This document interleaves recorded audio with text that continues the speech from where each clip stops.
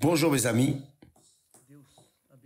que Dieu vous bénisse tous, que le Saint-Esprit vienne à la rencontre du besoin de chacun et qu'il vienne réaliser son œuvre dans la vie de chacun de vous, pour que chacun de vous puissiez être des témoins vivants de la grandeur de Dieu, de la résurrection du Seigneur Jésus, de la miséricorde, de la compassion, du pouvoir de Dieu ici dans ce monde. Pour que chacun de vous soit une source pour donner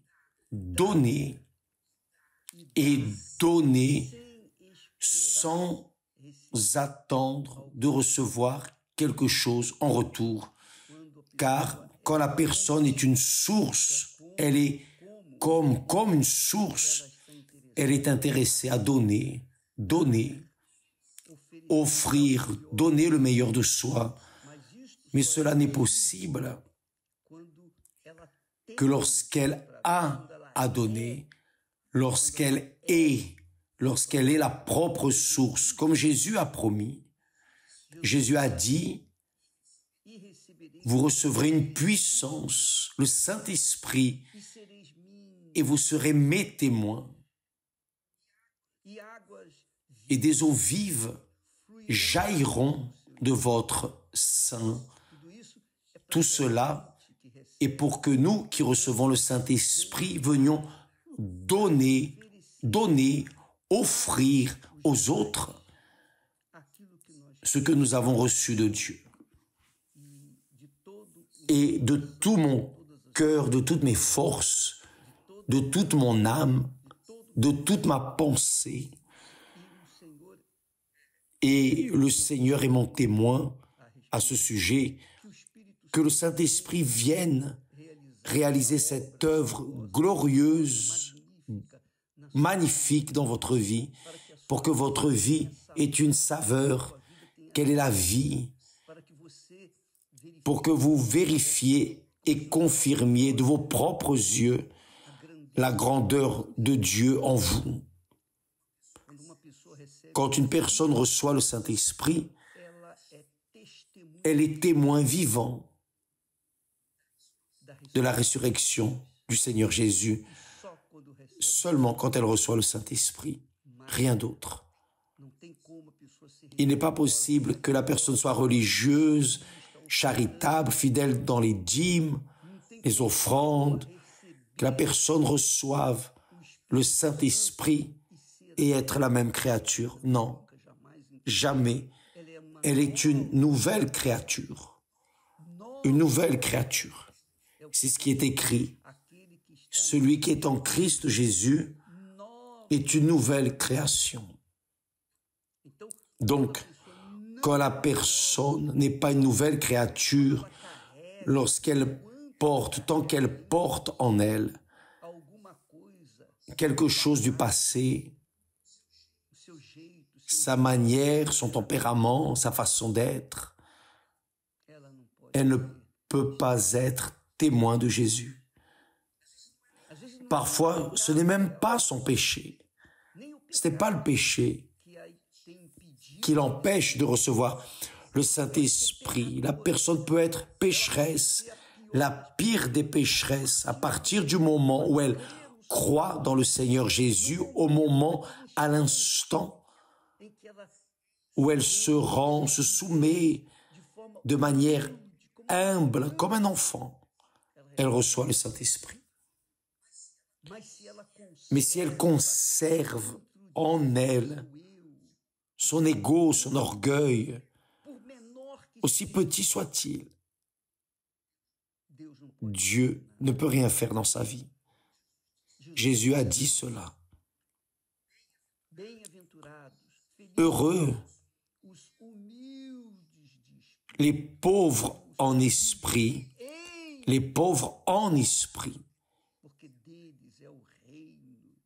car le royaume de Dieu est à eux. Donc parfois, Et cela arrive beaucoup. Et nous faisons face à ce genre de problème à l'Église, y compris dans le ministère de pasteur, d'évêque. Et cela correspond précisément à ce qui est écrit dans les Saintes Écritures. Beaucoup sont appelés, peu sont élus. Peu sont élus, pourquoi? Car à l'heure de l'épreuve, ils rejettent le feu, c'est cela. Donc, mes amis, regardez-vous. Ne regardez personne. Regardez vers vous votre situation, votre condition devant Dieu. Ne vous distrayez pas avec les mauvais exemples qui surgissent autour de vous. Ne regardez pas les autres. Si vous regardez les autres, certainement que vous tomberez. Comment pouvez-vous regarder Jésus et en même temps regarder la vie des autres, ce qu'ils ont fait d'erroné, ce qu'ils n'ont pas fait de correct? Ce n'est pas possible. Donc, cela vous empêche d'atteindre le Saint-Esprit. Excusez-moi de parler de cette manière, de manière très franche, et d'amener réellement la vérité. Mais c'est la vérité qui délivre, qui affranchit. Parfois, le plus grand péché de la personne n'est pas la prostitution, l'adultère, ce n'est pas le vol. Le plus grand péché de la personne, c'est son orgueil. Elle maintient cette posture pensant être quelque chose. Et parfois, la personne se trompe avec la foi qu'elle prétend avoir. Malheureusement. J'étais ici en train de méditer sur l'apôtre Paul. L'apôtre Paul a dit, voyez, faites attention, c'est intéressant. Paul a dit, je rends grâce à celui qui m'a réconforté, Jésus-Christ, notre Seigneur, de ce qu'il m'a jugé fidèle en m'établissant dans le ministère. En m'établissant dans le ministère, moi, qui étais auparavant un blasphémateur, un persécuteur, un homme violent. Blasphémateur, persécuteur, homme violent. Mais j'ai obtenu miséricorde parce que j'agissais par ignorance. J'étais un ignorant dans l'incrédulité. J'étais aveugle. J'étais aveugle dans l'incrédulité. Et la grâce de notre Seigneur, la grâce de notre Seigneur Jésus-Christ a surabondé avec la foi et l'amour qui est en Jésus-Christ. Donc, Paul, l'apôtre, est en train de rendre témoignage de ce qu'il était et de ce qu'il est. Et il parle à ses disciples, spécialement à Timothée. Et à un certain moment, il dit,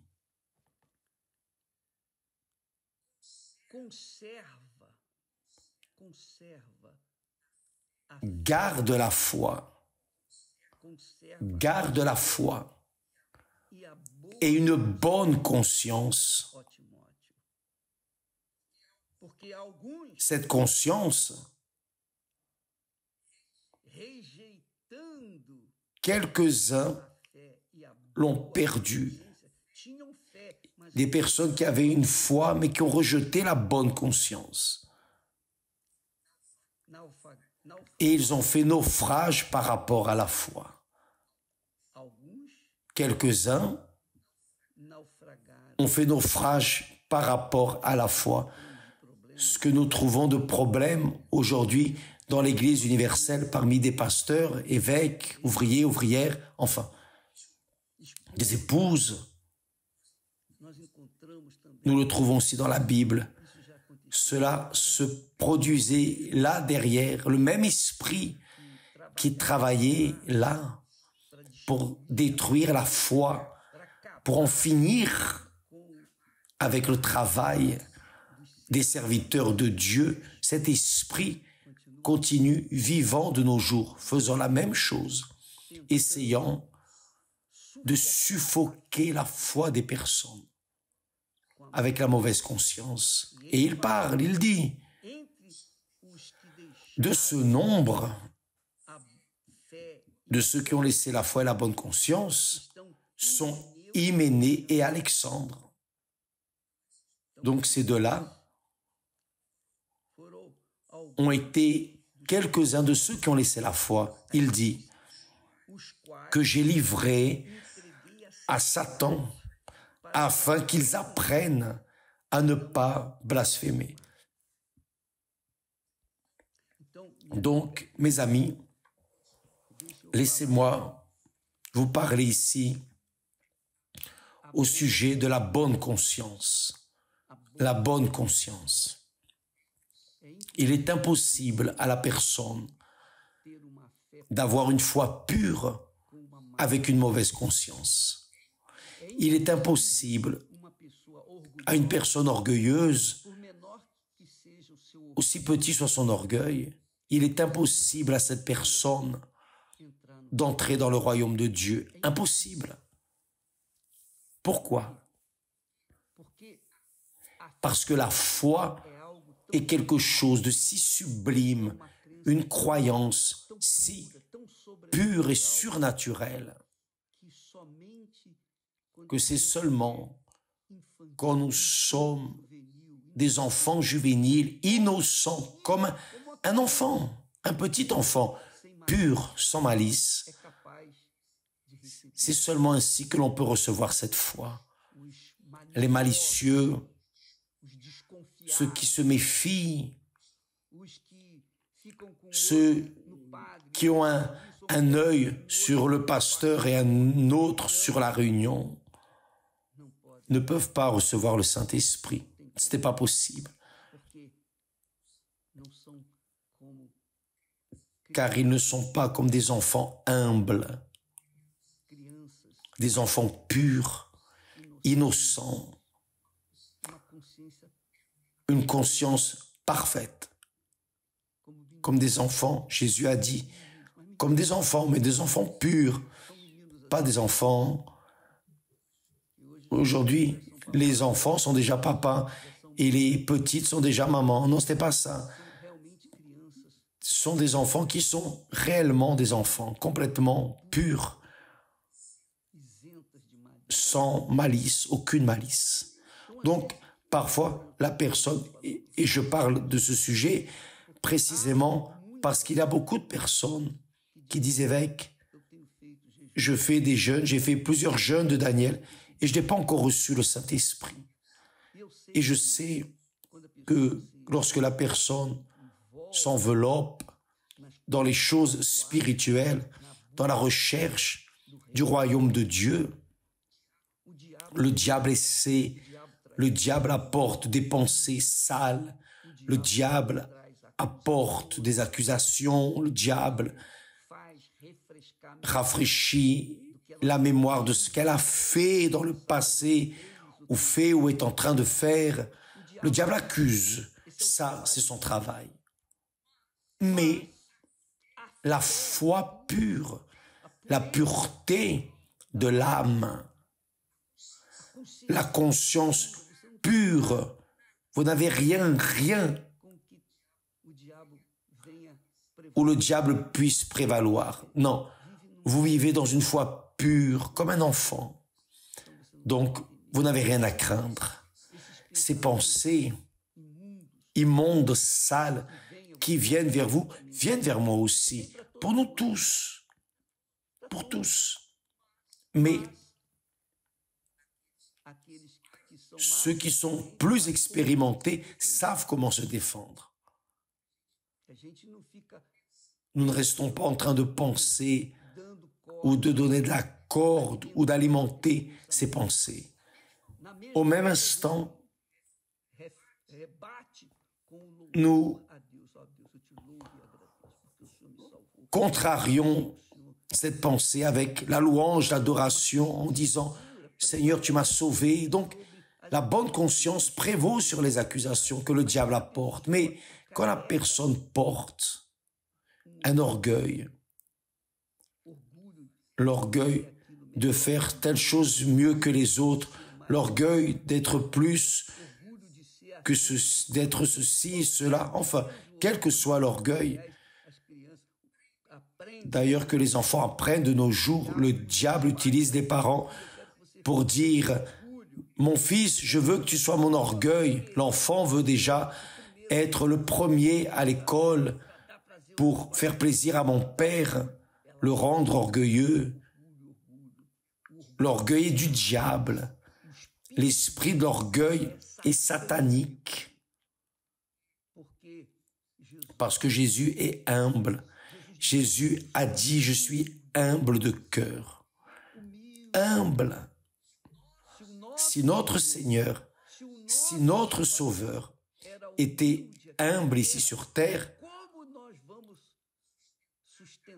comment allons-nous soutenir un esprit d'orgueil, de faire ceci mieux que l'autre, etc. Mes amis,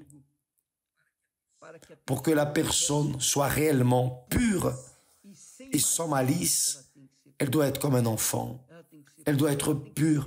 Elle doit recevoir la parole de Dieu comme ce qui est certain, absolu, et qui n'a rien à questionner. C'est écrit, alors c'est ça, c'est fini.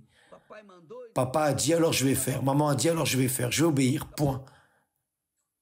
Donc, parfois la personne ne reçoit pas le baptême du Saint-Esprit. Ce n'est pas parce que le diable fait, non.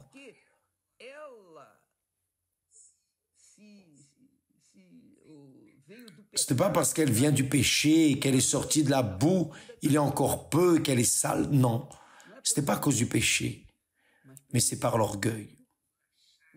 Pour se considérer quelque chose. Vous savez, cette personne qui se considère, c'est ça. Donc, mes amis, ce qui fait les personnes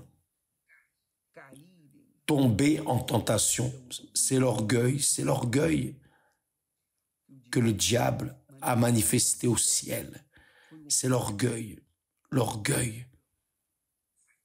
la vanité, ce désir de vouloir être meilleur que les autres, de vouloir être proclamé, loué, honoré, exalté. Un seul est digne de toute exaltation, de tout honneur, gloire, majesté. Un seul mérite des louanges, un seul est digne sur toute la terre, dans les cieux et la terre. Il n'y en a qu'un qui est digne, qui est notre Seigneur et Sauveur, Jésus-Christ. C'est le Dieu d'Abraham, d'Isaac et le Dieu d'Israël. Donc, quand quelqu'un désire, aspire à être considéré, que ce soit à l'église, sur l'autel ou que ce soit, il est déjà tombé en tentation. Nous voyons cela. Et quand la personne reçoit l'esprit de l'orgueil, elle ne voit pas, elle ne se voit pas. Elle ne voit rien, elle est aveugle, comme il est écrit que le Dieu de ce monde, le diable, a aveuglé l'intelligence des personnes incrédules. Il a aveuglé. Mais quand la personne est humble, sincère, oh mon Dieu, je suis un misérable pécheur, réellement, je ne suis rien. Je suis un zéro, mais le Seigneur est miséricordieux. Et la personne parle à Dieu, déchire l'âme, parle à Dieu avec sincérité. Elle est pardonnée et reçoit le Saint-Esprit à l'instant. Même pas besoin de faire 21 jours, ni même un jour de jeûne. Il suffit d'être pur, sincère, si nous pouvons parler ainsi, transparent, et reconnaître mon Dieu, aie compassion de moi. Elle doit être comme l'enfant. Jésus a dit, Jésus a parlé très clairement. Il n'a laissé aucun doute. Il a dit, en vérité, je vous le dis,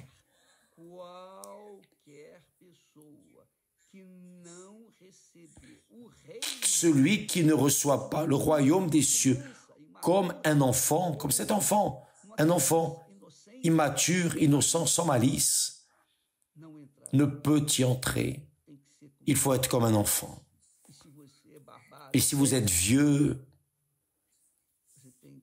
vous devez devenir comme un enfant. Accepter, recevoir le royaume de notre Seigneur Jésus-Christ, la gouvernance de notre Seigneur Jésus-Christ en vous, comme un enfant. Ça s'appelle la foi. Et s'il y a ce désir, cette sincérité, vous recevez à l'instant le Saint-Esprit. Jésus a dit à un autre moment, dans sa prière, il a dit, « Je te rends grâce, ô Père, Seigneur des cieux et de la terre, car tu as caché ces choses aux sages, aux orgueilleux, ceux qui se considèrent, et tu les as révélés aux petits. » Grâce à Dieu. Donc, si vous avez votre conscience accusant, vous dérangeant, votre orgueil, ce que vous avez fait ou pas fait, quoi que ce soit, si vous caressez une gloire quelconque pour vous-même, c'est fini, mes amis. Libérez-vous de cela. Nous ne sommes rien. Rien. Quelqu'un m'a interviewé, m'a demandé, évêque, vous vous considérez une personne importante, une célébrité? Et je lui ai répondu, et je répète, avec beaucoup de transparence, je lui dis, je me sens comme la perche du poulailler. La perche du poulailler le matin est sale d'excréments des poules, des coqs, etc. Immonde, terrible, parce que les poules restent là toute la nuit en train de déféquer et le bois du poulailler reste sale de caca. Je suis comme ça, je suis rien. Et j'ai dit cela dans un programme de télévision. Car je me considère ainsi, un rien, un zéro. Je vis dans la dépendance de la miséricorde et compassion de Dieu. Je prêche l'Évangile parce que c'est ce que le Saint-Esprit me conduit à faire. Mais je sais que je ne mérite rien, zéro, rien. Pour plus que je fasse, même ainsi, je continue à ne rien faire de plus que mon obligation. Ici, une louange, il y a en cela, cette louange est pour mon Seigneur qui m'a donné et me donne les conditions de parler de lui, de prêcher, enseigner sa sainte parole. C'est lui qui fait cela. Si le Saint-Esprit n'était pas en train de diriger, de conduire ma pensée, mon cœur, ma vie, ce ne serait pas possible. Donc, je suis un homme faillible, sujet aux mêmes failles que vous qui me regardez. Nous tous, nous sommes ainsi, de misérables pécheurs. Paul parle, il dit, voyez, il dit,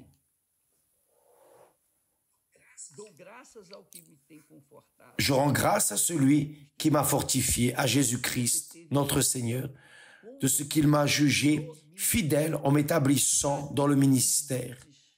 Moi qui étais auparavant un blasphémateur, un persécuteur, un homme violent.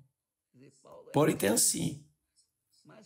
Mais j'ai obtenu miséricorde parce que j'agissais par ignorance, dans l'incrédulité. Et c'était avec moi et avec tous ceux qui ont atteint la miséricorde à cause de l'ignorance, à cause des yeux bloqués qui ne pouvaient pas voir la grandeur, la miséricorde de Dieu. Mais après que nous avons atteint cette grandeur, lorsque nous nous sommes soumis devant le Très-Haut avec sincérité, franchise, transparence,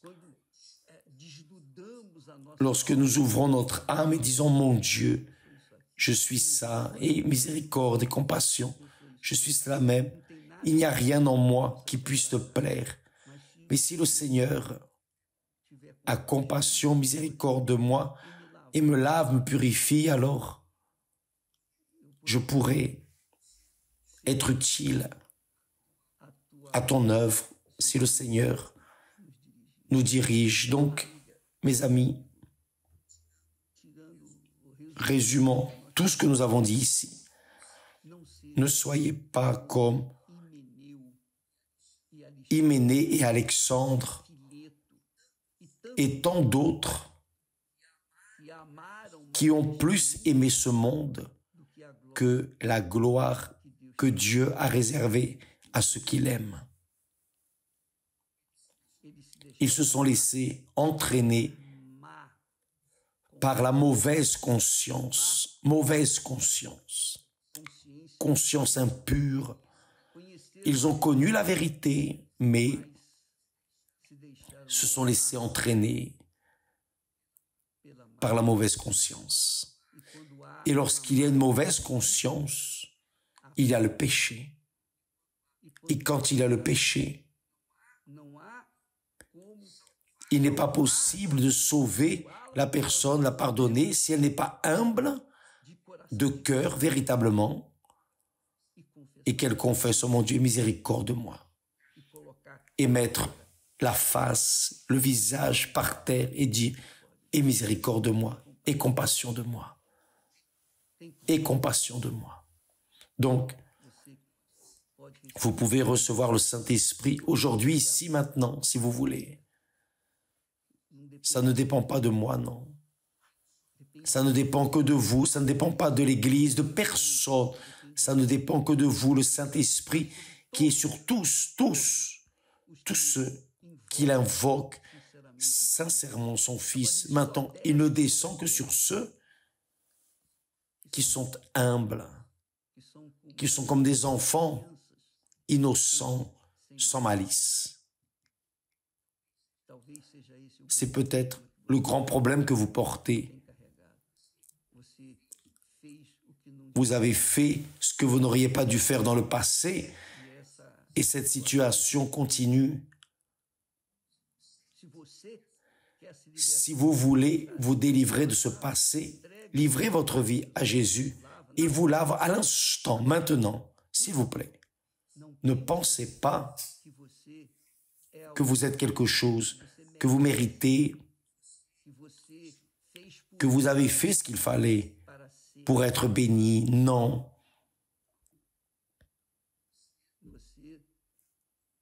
Vous comme moi, comme nous tous, comme tous ceux qui reçoivent le Saint-Esprit, sommes des personnes ou avons été des personnes, sommes des personnes transparentes. Oh Dieu, voici ma vie. Aie compassion de moi. Vraiment, déchirer le cœur, enlever tout l'orgueil, la vanité, tout ce que vous pensez être ou savoir, mettre cela au pied du Seigneur Jésus. Voici ma vie, fais de moi ta volonté. Ayez une bonne conscience, une conscience pure, immaculée, d'enfant, sans malice, sans mauvais yeux. Rien de cela. Et ne restez pas à regarder les autres, regardez vers vous, car l'âme que vous avez besoin de sauver, c'est la vôtre, d'abord la vôtre, d'abord la vôtre. Car si vous n'êtes pas sauvé, comment allez-vous aider d'autres personnes? N'est-ce pas? Donc, ne regardez pas les autres. Si vous regardez les défauts, si vous regardez avec de mauvais yeux, vous allez voir des erreurs en nous tous. En tous. Mais si vous regardez avec de bons yeux, les yeux d'enfants innocents, vous n'allez voir que le bon côté des personnes. Et vous ne resterez pas en train de vous considérer meilleur qu'elle. Que Dieu vous bénisse. Et nous allons continuer dans le jeûne de Daniel. Nous allons continuer dans la foi avec le jeûne de Daniel pour que vous puissiez vous situer. Quand la personne reçoit le baptême du Saint-Esprit, elle reçoit l'armure de Dieu. Ce soir, dans toutes les églises, que Dieu vous bénisse tous, alors, et à demain, au nom du Seigneur Jésus. Amen.